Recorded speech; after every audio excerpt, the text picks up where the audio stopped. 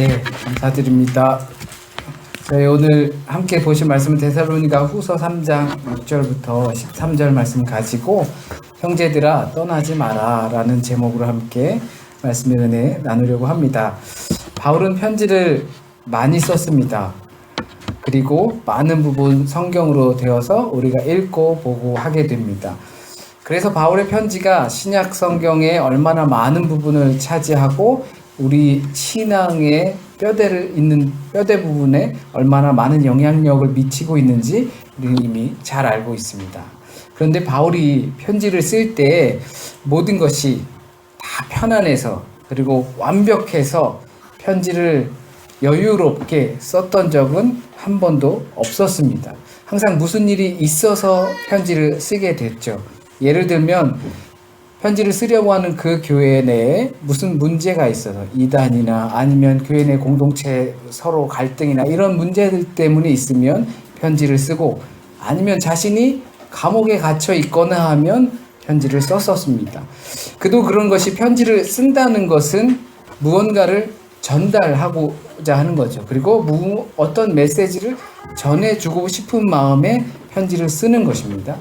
그래서 선지자들이 이 땅에 오게 된 이유, 하나님께서 이 땅에 선지자들을 보내시고 그리고 메시지를 전하시고 하나님께서 선지자들을 보내셨다라는 건 하실 말씀이 있다라는 거죠. 말라기 이후 약 400년가량 예수께서 하나님의 아들로 오시기 전 400년가량 동안 침묵의 시간이라고 부릅니다. 그래서 그때는 선지자들이 없습니다. 그러니까 하나님께서 할 말이 없다. 네, 그러니까 좀 다르게 보면, 야, 이제 니네 보고 할 말이 없다. 이제 말이 안 나온다. 이렇게 생각하시면 아마 쉬울 겁니다. 만사 오케이면 선지자도 하나님도 오시지 않았을 겁니다. 그 말은 모두가 문제가 있는 가운데 살아간다는 겁니다. 하나님의 메시지를 우리가 구하고 하나님의 말씀해 주시죠. 저에게 가르쳐 주시죠. 어떻게 해야 합니까? 라고 우리가 기도하고 이러한 울림을 던질 때에는 나에게 문제가 있다 또는 어려움이 있다라는 것을 반증하는 것이죠. 아무런 문제 없이 모든 것이 잘 돌아갈 때 무슨 메시지가 필요할까 생각하기도 합니다. 메시지는 곧 하나님의 말씀이고 그 하나님의 말씀이 우리와 함께 한다는 것은 이미 어떠한 문제들과 우리는 살아가고 있다는 이야기입니다. 그래서 예수께서는 우리 모두는 병자다, 아픈 자고 고침을 받아야 할 자다. 그래서 의사가 필요하다. 아무도 멀쩡한 자는 없다. 멀쩡한 사람은 의사가 필요 없다. 멀쩡한 사람, 고민이 없고 문제가 없고 근심이 없고 갈등이 없는 사람은 하나님이 필요 없다라고 말씀하신 겁니다.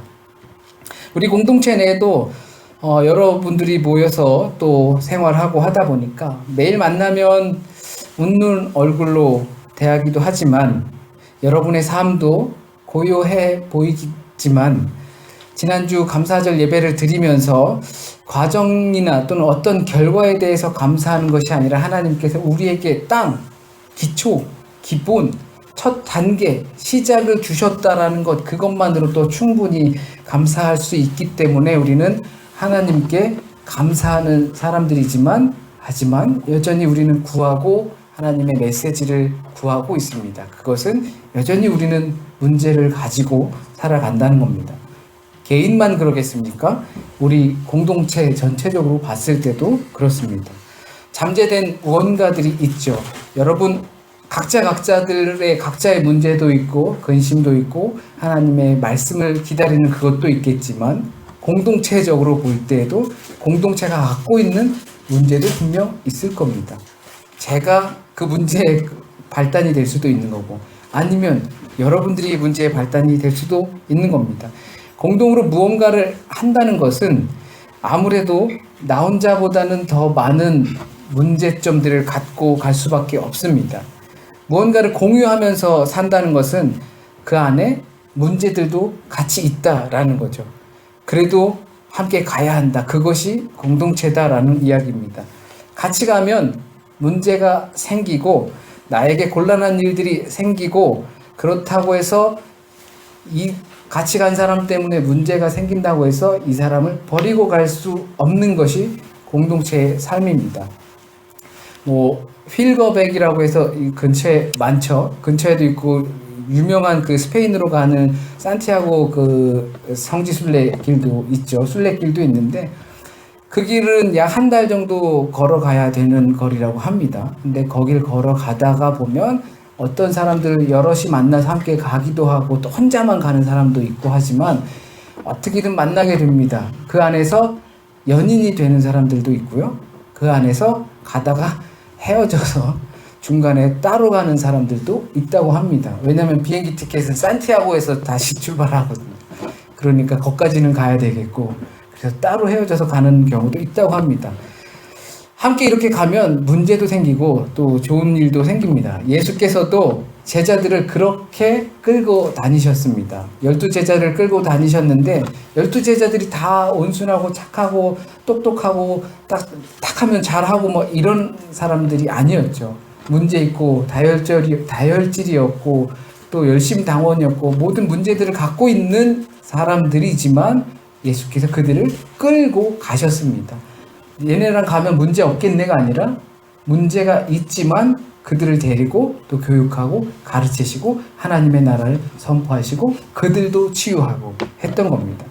그런데 오늘 본문에서 보면 이렇게 제가 말씀드린 것처럼 교회다, 공동체다, 예수님의 말씀이다라는 하는 것은 무슨 일이 있어도 같이 가야 되고 무슨 일이 있어도 내가 희생하고 내가 더 양보하고 데리고 가야 되는 것 같은데 바울은 떠나라라고 주장을 합니다. 어떠한 특정한 자들에게서 떠나라라고 합니다. 니네 헤어져라고 이야기합니다. 피하라고 합니다. 굉장히 강한 표현입니다. 너 쟤랑 놀지 마. 그러는 겁니다. 쟤는 나눠 먹을 줄도 모르고 남의 말을 듣지도 않고 자기 하고 싶은 것만 하는 기타 등등 여러 가지 문제가 있는 애야. 그러니까 놀지 마. 그러는 겁니다. 도대체 무엇 때문에 화합과 평화가 아니고 바울은 분리를 주장하는 걸까요? 본문에 그 이유가 나와 있습니다. 전통을 따르지 않고 게으름을 피는 사람들이기 때문입니다.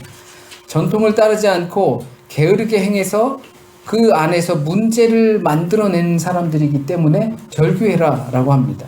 그렇다면 바울이 말하는 그 전통, 우리가 지켜야 할 전통이 무엇인지는 답이 나왔습니다. 게으르지 않는 겁니다.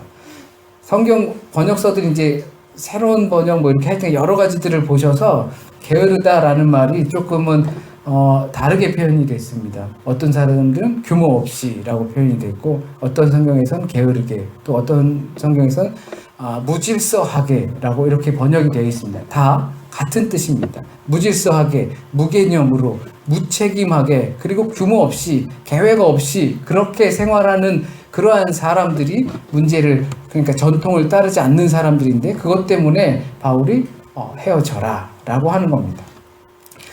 게으름하면 여러분 무엇이 떠오르십니까? 무개념, 무질서, 무책임 그리고 무계획, 계획적이지 않고 규모가 없고 그러나 우리는 대부분 느리게 행동하는 것, 부지런하지 않는 것, 성실하지 않는 것 회사에서 일을 시키면 민기적거리는 것 하고 싶다고 말만 하고 정작 하지는 않는 사람들 그런 사람들 등등 가르칠 때 우리는 쟤는 게을러 뭐만 시켜도 참 안 하고 며칠이나 지나야 돼 하는 사람들 하고 싶다고 말은 하지만 정작 계속 그냥 말만 하고 있는 사람들 아마 게으르다라고 말할 겁니다. 자꾸 자기 일들을 미루는 거지요. 누구나 이런 모습을 긍정적으로 보지는 않을 겁니다. 우리의 삶은 일과 쉼이 적당히 조화를 이루어야지만 잘 산다, 좋은 삶이다 라고 이야기하기 때문입니다. 너무 일만 많이 해도 안 되고 너무 쉬기만 해도 좋은 삶이 아닙니다. 사람의 몸도 그렇습니다. 적당히 움직여줘야 하고 적당히 쉬어줘야지 그 몸이 건강하게 유지된다는 거죠. 그러나 게으름이라는 건 이러한 조화를 깨트리는 겁니다. 적당히 움직이고 적당히 쉬는 것, 적당히 일하고 적당히 쉬는 것, 이것을 깨트리는 게 게으름입니다. 공동체 내에서 그렇게 무개념, 무질서, 무책임하게, 무계획적으로 행동하는 사람들, 왜냐하면 이것을 적당히 지키지 못하기 때문입니다. 공동체에서 무슨 일을 할 때, 다 같이 예를 들면 우리가 하는 이 의자를 나른다 할 때, 누군가는 하고 누군가는 안 할 수 있습니다. 그렇죠? 한꺼번에 다 달려들 수 없으니까요. 하지만 언젠가는 이것이 쉬고 또 일하고, 누군가는 나르고 누군가는 나중에 나르고, 뭐 이러한 것들이 적당히 조화를 이루어질 때 공동체가 건강하다라고 할 수 있는 겁니다. 공동체의 노동에 있어서. 하물며 공동체의 삶도 이렇습니다. 회사 생활도 그렇습니다. 같이 공동으로 무언가를 하게 되면 누군가는 무엇을 맡아서 하고, 누군가는 무엇을 다른 것을 맡아서 하고, 그래서 하나의 일을 성취해 나가는 겁니다. 그런데 거기서 누구 하나 게으름을 핀다면, 누구 하나 그 조화를 계속 깨트린다면 쉴 수도 있죠. 그러나 쉬는 게 아니고 그것을 게으름이다라고, 규모 없이 행한다, 또는 무책임하게 행한다, 또는 비틀비틀 걸어 다닌다라고 말할 수 있습니다.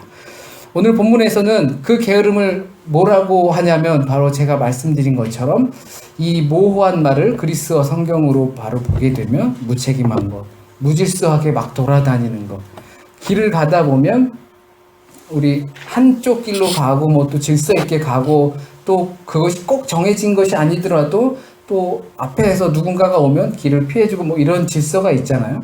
근데 그거를 무시한 채 막 돌아다니는 사람들, 아나무인하고 막 돌아다니는 사람들, 그런 사람들을 무책임하게 행동하고 게으르다라고 하는 겁니다. 그러니 자신의 삶에 있어서 질서도 없고 책임도 없이 행동하는 것을 게으르다라고 말합니다. 그래놓고 타인에게 의존하게 되는 겁니다. 각자의 책임이 있고 무책임했을 때 짐이 되게 만드는 겁니다. 그럴 때 공동체는 과연 어떻게 해야 할까요? 그 사람이 공동체 내에서 그렇게 무질서하게 행동할 때, 예를 들면 거리에서 방금 말씀드린 것처럼 내가 가고 싶은 길로 가더라도 그 길에 먼저 와야 하는 사람들이 있을 때, 교통법규나 그럴 때, 그러면 내가 피해줘야 하는 것이 맞는데 그것을 무질서하게 행하는 사람들이 있을 때, 그것이 공동체 내에서 그런 식으로 발생할 때 공동체는 어떻게 해야 될까요? 바울이 말한 것처럼 그들을 쫓아내거나 아니면 떠나거나 감옥에 보내거나 그래야 하는 걸까요? 8절부터 10절 오늘 본문에 보면 바울의 전통이 열심이라는 것을 말해 줍니다. 바울이 공동체를 통해서 책임 있고 질서 있는 삶을 살라고 한 것으로 보입니다. 거저 먹은 적도 없고 얻어 먹은 적도 없고 짐이 되지 않으려고 나는 밤낮으로 우린 일했고, 그래서 우리는 일하지 않는 사람은 먹지도 말라고, 우리 중학교 때 영어 선생님이 집사님이셨는데 일하지 않는 자는 먹지도 말라 하면서 숙제 안 해온 아이들은 막 때리셨거든요. 그때마다 외치라고 그랬어요. 일하지 않는 자는 먹지도 말라 하면서 그러셨는데, 바울이 일하지 않는 자는 먹지도 말라, 우리는 그렇게 살았다, 우리가 늘 말한 것처럼 우리는 또 행동했다, 그래서 우리는 얻어먹지도 않고 거저먹지도 않았다, 우리가 너희들한테 그 공동체 안에서 일 안 하고 거저먹을 권리가 없어서 그런 것이 아니다, 다만 우리는 우리의 열심을 통해서 너희도 이와 같이 열심으로 본받아서 살기를 바라는 마음에서 우리도 거저먹을 때도 있을 수 있고, 우리가 권리를 주장해서 오늘은 나 일 안 해, 너희가 일하고 너희가 노동한 대가를 우리와 함께 나누자 라고 할 수 있지만, 바울은 이 우리의 열심을 보고 게으른 너희들도 따라오길 바라는 마음으로 그랬다라는 것입니다. 혹시라도 바울의 이 표현이 무슨 일에서 나눠주는 보수라든지 아니면 열심히 일해서 거둔 것들, 그 함께 나눠 먹는 그 음식, 거기에만 국한된 것이라고 생각하시면 안 됩니다. 곧 바울은 공동체 전반에서 이루어지는 그러한 공동의 노동에 관한 문제를 이야기하고 있습니다. 바울이 여기서 게으르면 안 된다고 주장하는 것은 그 한 개인의 게으름이 아니고 공동체에 미치는 영향을 중점을 두고 이야기하는 겁니다. 공동체 생활 안에서 일어나는 일들에 대한 게으름, 무질서, 무책임한 행동을 말하는 겁니다.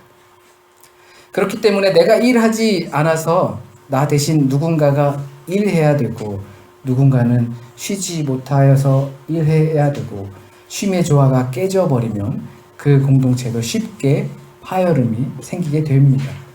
누구는 많이 일하고 누구는 적게 일했는데 동일한 임금을 받는다면 당연히 불만이 생길 수밖에 없습니다. 누구는 일 안 했는데 식사 시간이 되면 천연덕하게 와서 숟가락 들고 밥 먹는다면 당연히 그 안에 문제가 생길 겁니다. 자기 먹이려고 자기 대신 일했는데 게다가 와서 밥 숟가락 들고 먹으면서 이건 어쩌고 저건 어쩌고 이렇게 하면 당연히 그 공동체에는 파열음이 생길 수밖에 없습니다. 균열이 가기 시작하는 겁니다.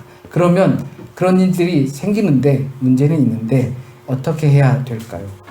만일 우리가 어떤 단체에서 누군가와 이와 같이 무질서하고 무책임하게 행동하는 그런 사람들을 본다면 너 왜 그러냐?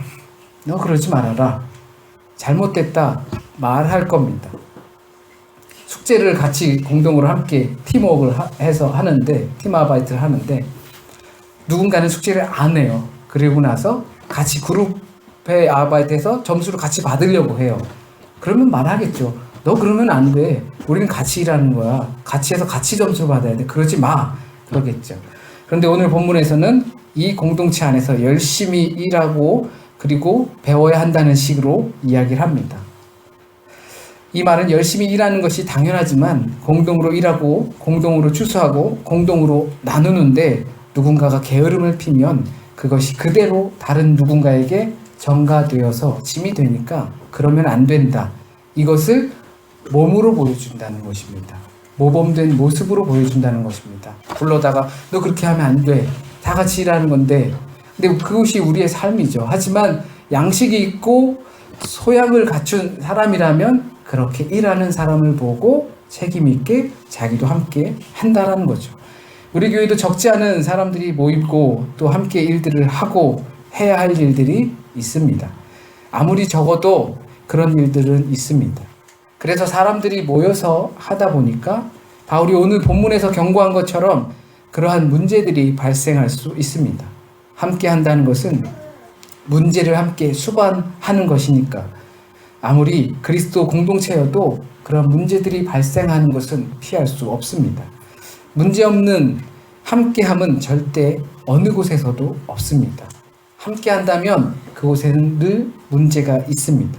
그렇지만 바울이 말하는 것처럼 본을 보고 따라했으면 좋겠습니다. 우리에게 그러한 정도의 신앙의 소양과 양식이 있는 그리스도인이었으면 좋겠습니다. 노동이 기도요, 기도가 노동이라고 했습니다. 노동만 먼저도 아니고 기도만 먼저도 아닙니다. 둘 다 함께 해야 하는 것입니다. 이것이 신앙의 조화이고 공동체의 조화입니다. 우리가 공동체로서 서로의 본이 되었으면 하고 또한 본받아 따라갈 수 있는 기본적인 소양이 되어 있는 공동체였으면 좋겠습니다. 우리 공동체 안에서도 서로에게 그러한 양식 있는 사람이 되었으면 좋겠고 서로에게 본이 되는 사람이 되었으면 좋겠지만 또 우리 공동체 자체가 공동체와 또 다른 공동체와의 관계 속에서도 따라가려고 노력하는 공동체가 되었으면 좋겠고 또는 누군가가 우리를 보고 우리가 본이 되는 그런 공동체가 되었으면 좋겠습니다. 그래서 바울은 이런 자들에게 떠나라고 말합니다. 더 이상 친하게 지내지 말아라. 왜냐하면 그들은 일을 하지 않고 오히려 자꾸 문제만 만들어내기 때문입니다. 이들이 일을 만들어낸다는 것은 그들이 일을 안 하기 때문에 누군가는 더 일해야 한다는 것이 되지만 돕지도 않으면서 분란을 조장하고 있기 때문입니다. 이런 자들을 게으른 자, 무질서한 자, 무책임한 자, 한마디로 개념이 없는 자들입니다. 그런데 그들이 이런 이유로 분리되어야 한다고 바울은 말하고 있습니다. 분리는 거룩함을 표현합니다. 우리가 우리의 삶을 경건하고 거룩하게 유지를 하려면 구분할 줄 알아야 하고 분리할 줄 알아야 합니다. 하나님의 것과 나의 것을 구분할 수 있어야 하고 하나님의 것과 세상의 것을 구분할 수 있어야 하고 무엇이 하나님의 것이고 가이사랴의 것인지 구분할 수 있어야 합니다. 결국엔 모든 것이 하나님의 삶이라는 것을 구분하여 내가 인정하는 것이 분리된 삶이고 거룩의 모양을 갖추어가는 삶입니다. 그리고 분리된 것은 과감히 버려야 합니다. 그러니까 바울이 지시한 게으른 자들을 떠나라고 했던 것은 거룩한 삶의 한 방법인 겁니다. 우리가 함께 거룩하게 살자고 공동체로 있는 것이지 우리가 함께 게으르자라고 해서 공동체의 삶이 있는 것은 아닙니다. 그렇기 때문에 그 안에서는 분명 분리와 구분됨이 있어야 하는 겁니다. 그렇다면 정말 양식이 없고 개념이 없어 공동체 내에 문제를 유발하는 사람들을 버리거나 또는 거기로부터 떠나야 하는 걸까요? 성경에서 오늘 13절에서 선을 행하다가 낙심하지 말라고 당부합니다. 계속하여 선을 베풀 것이고 실망하는 일들은 생길 수 있지만 낙심하지 말라고 합니다. 왜냐하면 우리의 삶은 늘 문제와 함께 갈 수밖에 없기 때문입니다. 난 너무 문제가 많고 때로는 어느 교회는 거긴 너무 문제가 많고 그래서 다른데 갈 수 있죠. 그러나 그곳에도 함께 하면서 살려고 하면 문제는 피할 수 없다라는 겁니다. 문제가 있다고 해서 선을 또한 행하지 않아서는 안 된다고 바울은 말합니다. 바울은 갈라디아서 6장 9절에서 오늘 13절 말씀과 똑같은 말씀을 합니다. 그런데 추가된 부분이 있습니다. 우리가 선을 행하되 낙심하지 말지니 하고 추가하는 말이 포기하지 않으면 때가 이름에 거두리라 라고 덧붙여 이야기합니다. 우리가 선을 행하고 또한 낙심하지 말되 포기하지 않으면 분명 때가 이르면 거두게 된다는 겁니다. 정말 변하지 않을 것 같은 사람 있지요. 사람이 쉽게 변하지 않는다는 것 저와 여러분이 다 알 거라고 생각됩니다. 우리가 막 흉보고 그러지 않고 내가 성실하고 열심히 있는 모습으로 공동체 안에서 그래 소양이 있으면 나를 보고 따라 하겠지만 안 하는 사람들이 있을 수도 있습니다.